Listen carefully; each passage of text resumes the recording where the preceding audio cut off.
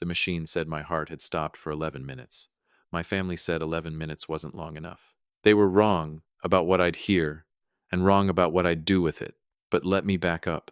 My name is Walter Reyes. I'm 62 years old. I live in a town called Heartland, Wisconsin, out past the lake, in a house I built with my own hands starting in 1994. Not figuratively. I mean, I poured the foundation myself on weekends after shifts at the plant.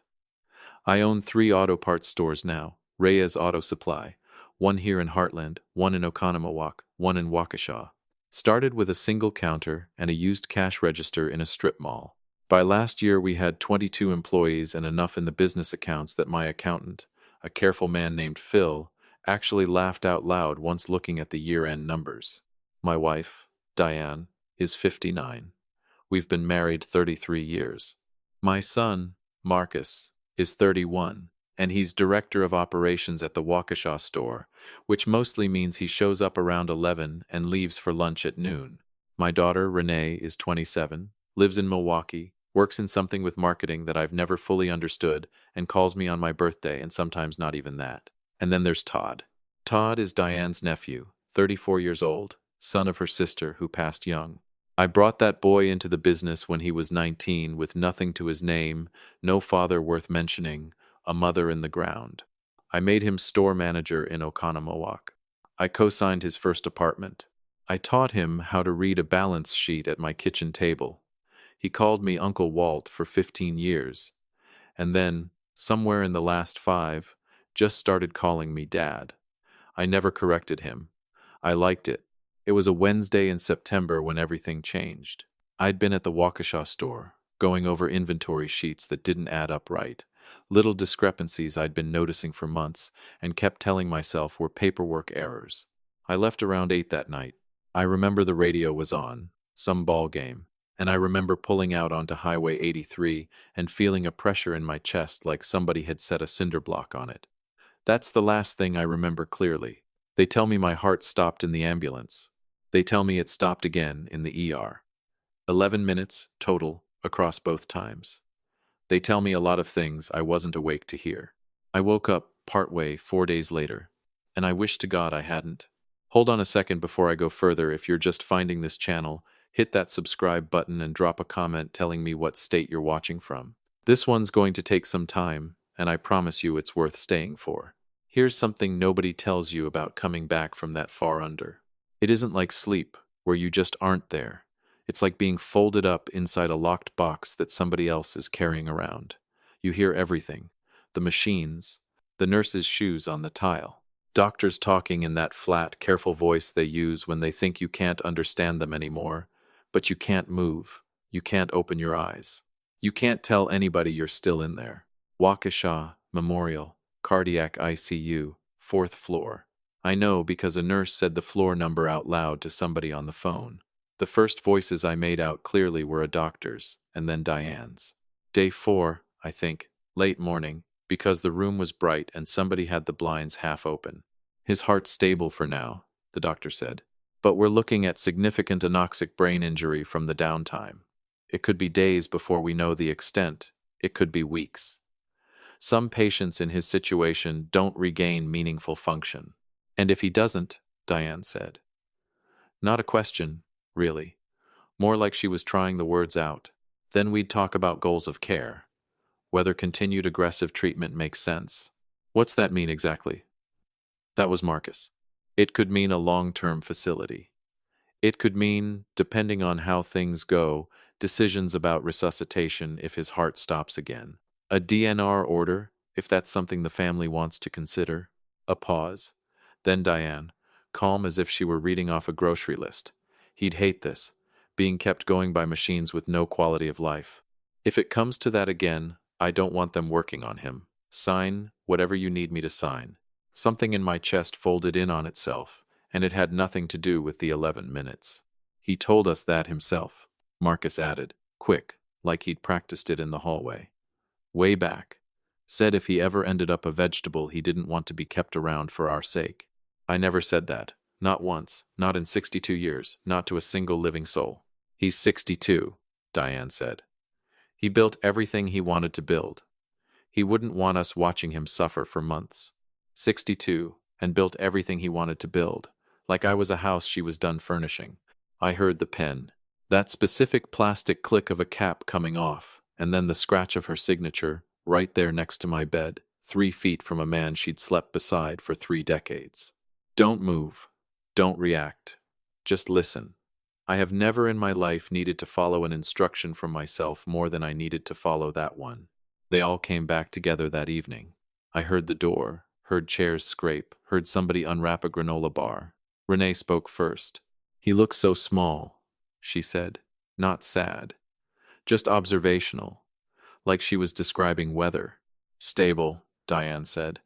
They think maybe another week, maybe two. 2 weeks. Renee sighed, and it wasn't grief. It was inconvenience. I've got the Hendricks account closing. I can't keep driving out here every other day. Nobody's asking you to drive out here every day, Marcus said. I'm just saying. He worked every weekend of my whole childhood. Every recital, every single one. And now I'm supposed to drop my whole life. She's not wrong about the weekends. She's not wrong. But I built those stores so there'd be something left for her. For all of them. Todd spoke next. And his voice had that same measured, boardroom calm it always had. He made it pretty clear a long time ago he didn't want to be a burden on anybody. I think we honor that. Exactly, Marcus said. Then, quieter, like he thought the machines would swallow it. Once probate's done, my trust distribution kicks in early. I looked at the paperwork in his office last spring. I already know roughly what my number is.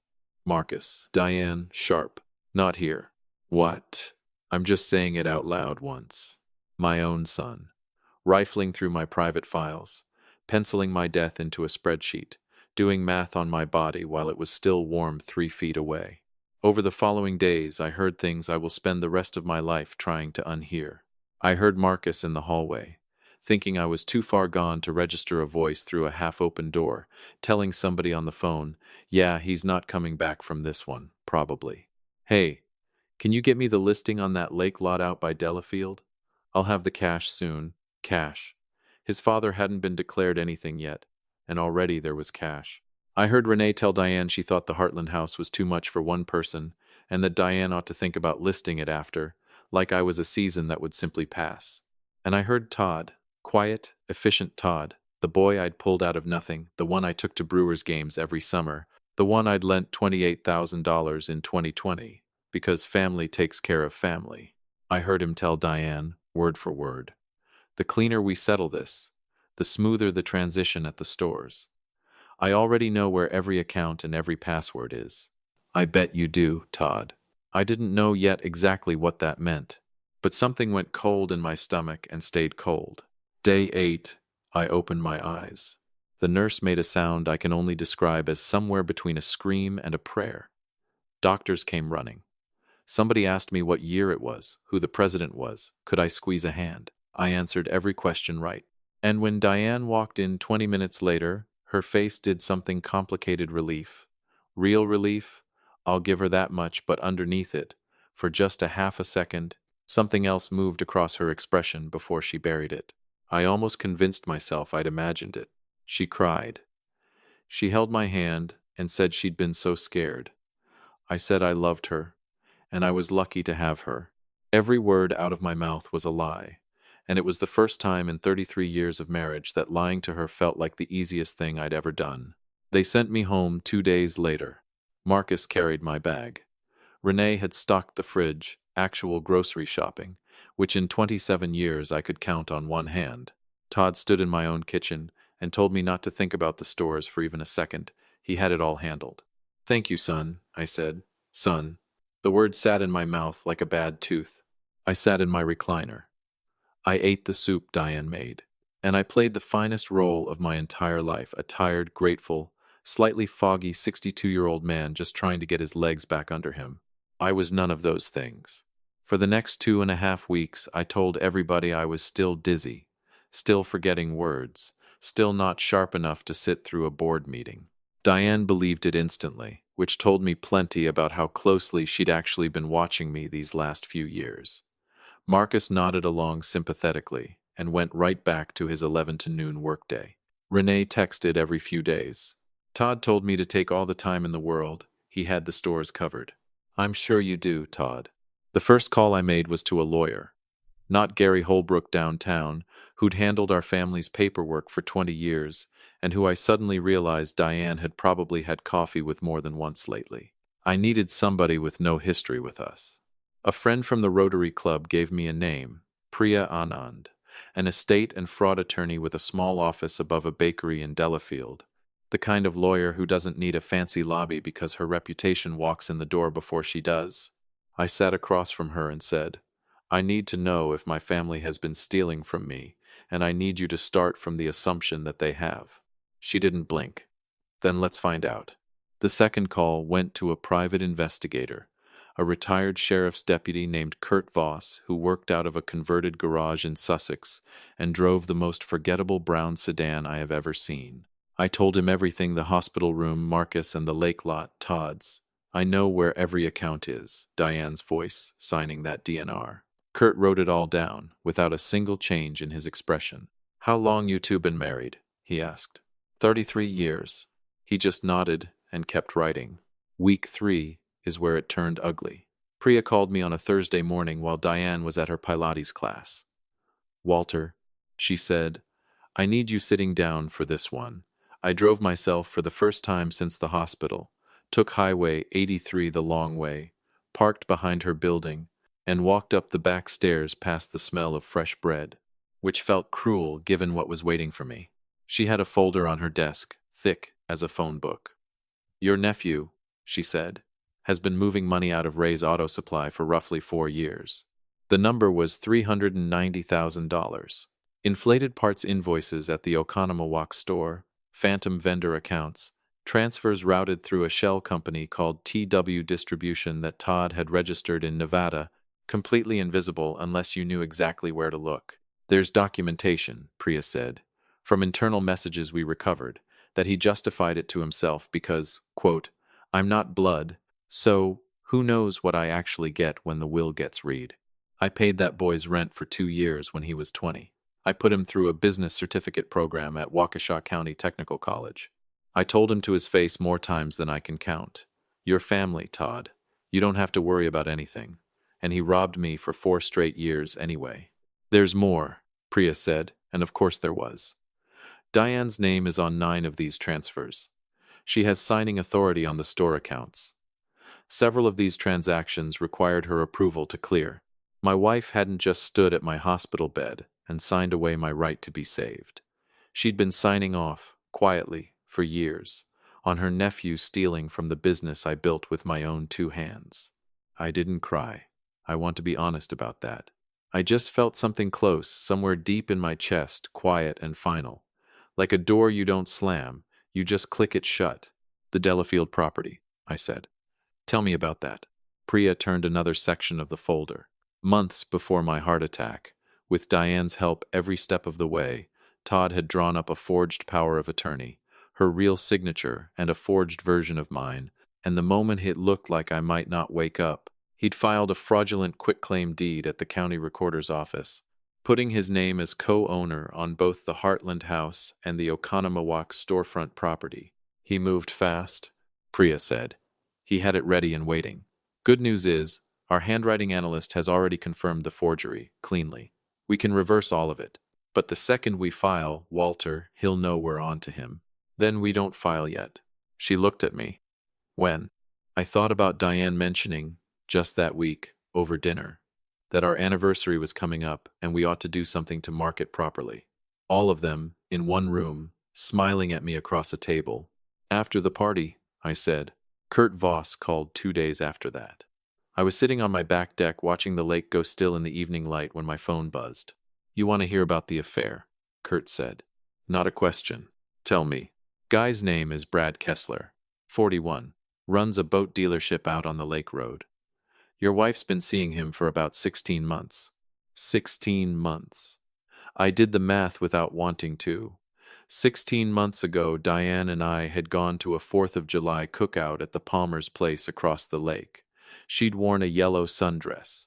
We danced badly in somebody's driveway to a song neither of us knew the name of, and she'd kissed me and said, This is going to be a good year for us. 3 weeks later, she started taking the boat out with a friend from the Marina Club. I set the phone down on the armrest and stared at the water until my hands stopped shaking. 33 years. Not 33 bad years. Either we had good stretches, real ones. I wasn't a man who missed birthdays or forgot anniversaries. I showed up. I paid for every single thing in that life. She was now quietly redistributing to her nephew and a boat salesman. I closed my eyes until the shaking passed. If I broke now, they didn't just get my money. They got to watch me break, too. And I wasn't giving them that. There was one more piece. I reached out to a woman named Sherry Doss, our longtime bookkeeper at the Oconomowoc store. 49 years old, sharp as a filing cabinet, whom Marcus had quietly stripped of half her duties 2 years back after she flagged a vendor discrepancy that made him look bad. Sherry agreed to meet me at a diner off Highway 16. I flagged those invoices twice, she said before I'd even sat down. Marcus told me I was overstepping, but it wasn't Marcus running it. It was Todd. And your daughter. I stopped with my coffee halfway to my mouth. Renee? Todd was routing cash through TW Distribution, Sherry said, sliding a small flash drive across the table. But look at the secondary payments. Monthly checks going straight to a marketing consultancy registered under Renee's name. It's a kickback, Walter. She found out what her mother and Todd were doing over a year ago. Instead of telling you, she asked for a cut to stay quiet. She's been running her whole apartment and half her lifestyle off your stolen money.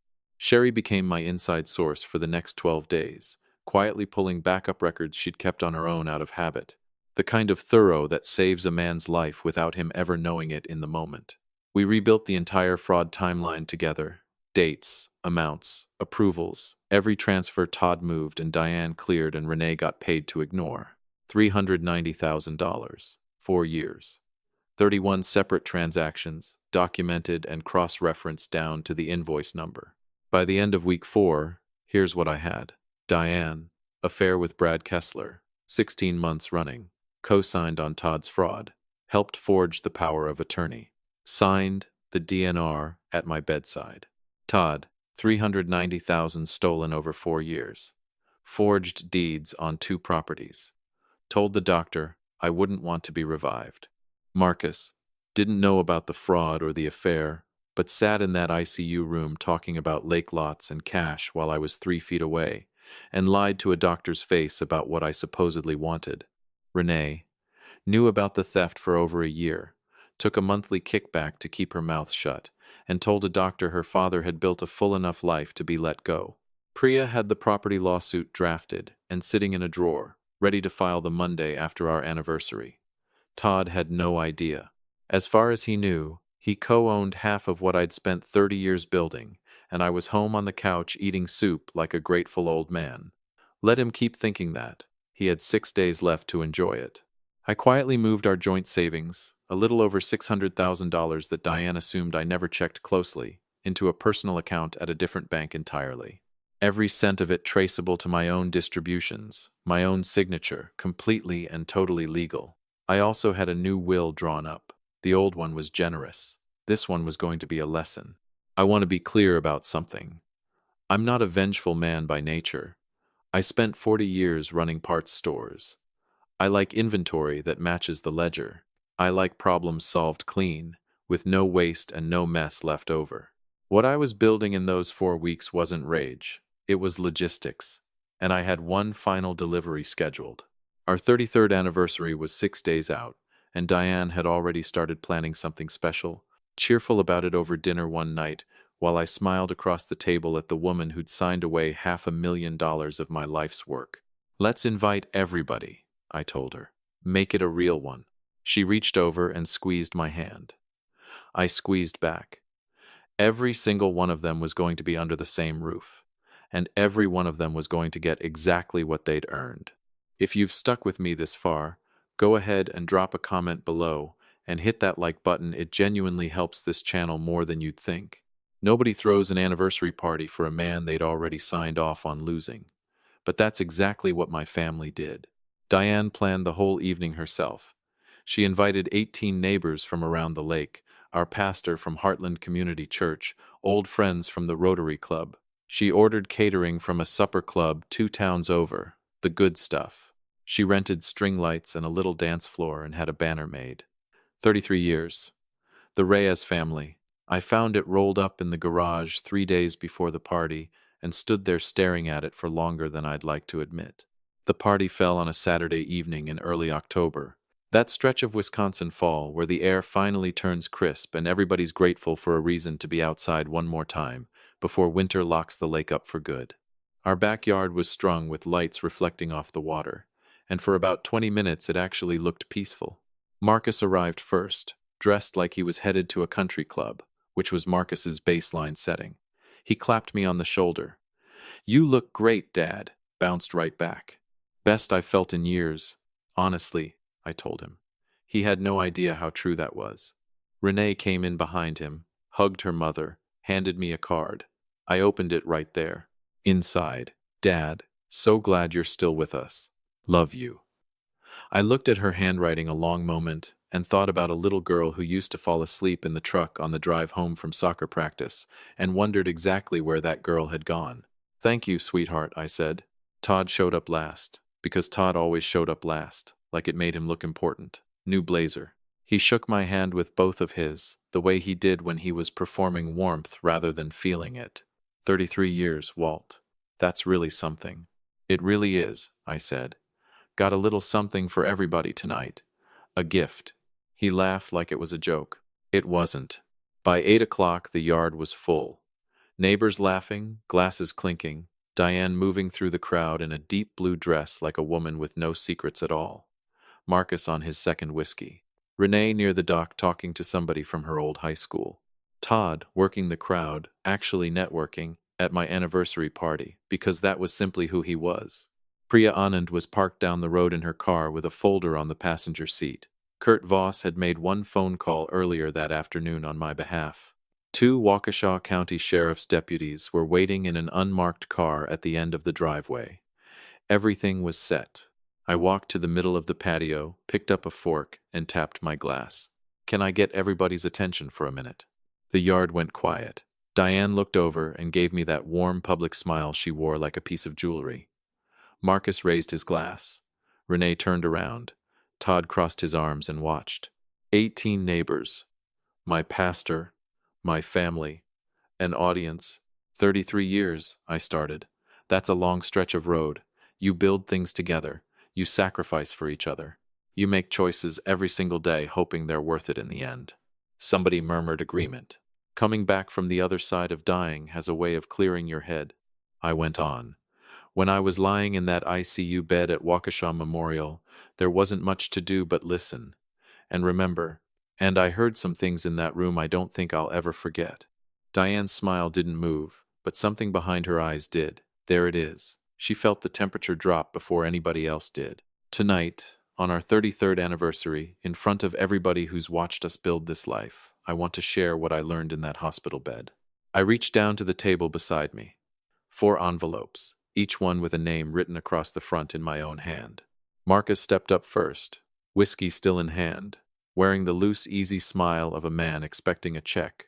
I handed it to him. He opened it, read it, and the smile drained out of his face slowly, like water leaving a tub.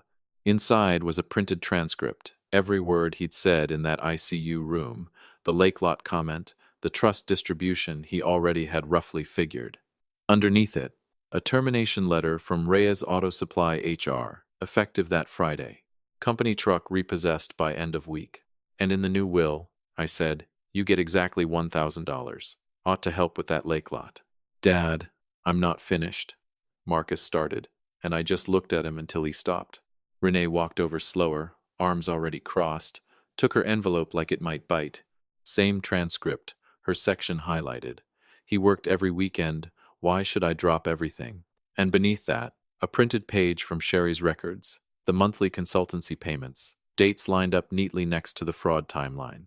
You knew, I said. For over a year, you knew. And you took money to keep quiet about it. Her mouth opened. Nothing came out. Your name comes off the lease on that apartment as of Monday. And same as your brother. $1,000. Spend it however you like. Diane hadn't moved. The whole party had gone still, the way a room goes still right before a storm actually breaks. She walked over slowly and took her envelope with both hands. Inside, Kurt Voss's surveillance photos, 16 months of dates, and a boat dealership parking lot. Beneath that, the fraud documentation, her signature next to a forged version of mine on the power of attorney, and beneath all of it, divorce papers, already filed, already processed. She went pale.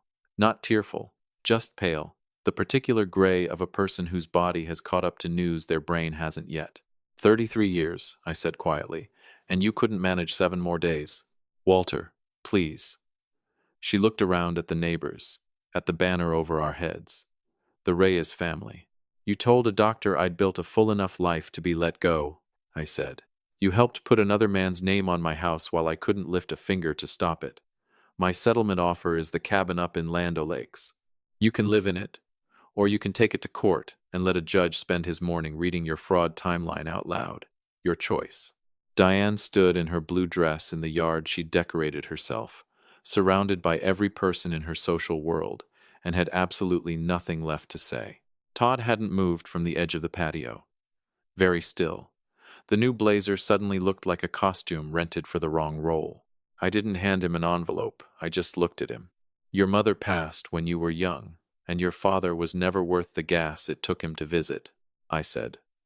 I brought you into my business at 19 with nothing to your name. I co-signed your first apartment. I called you son, and I meant it every time. My voice stayed level, but something underneath it could have cut glass. And for 4 years, you stole from me $390,000, 31 transactions. And when I woke up instead of dying on schedule, you were annoyed about it. His jaw tightened. Whatever you think you have. I don't think anything, I said. I know.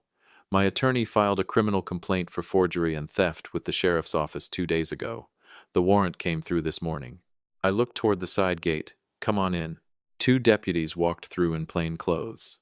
The yard made a sound I can't properly describe, a collective breath pulled in all at once. Somebody's glass hit the patio stones. Marcus took a step back like he could physically distance himself from what was unfolding 6 feet away. One of the deputies said, Todd Whitfield? Todd looked at me one last time. Something cracked across his face, not quite remorse, more like the particular devastation of a man who bet everything on his uncle staying dead.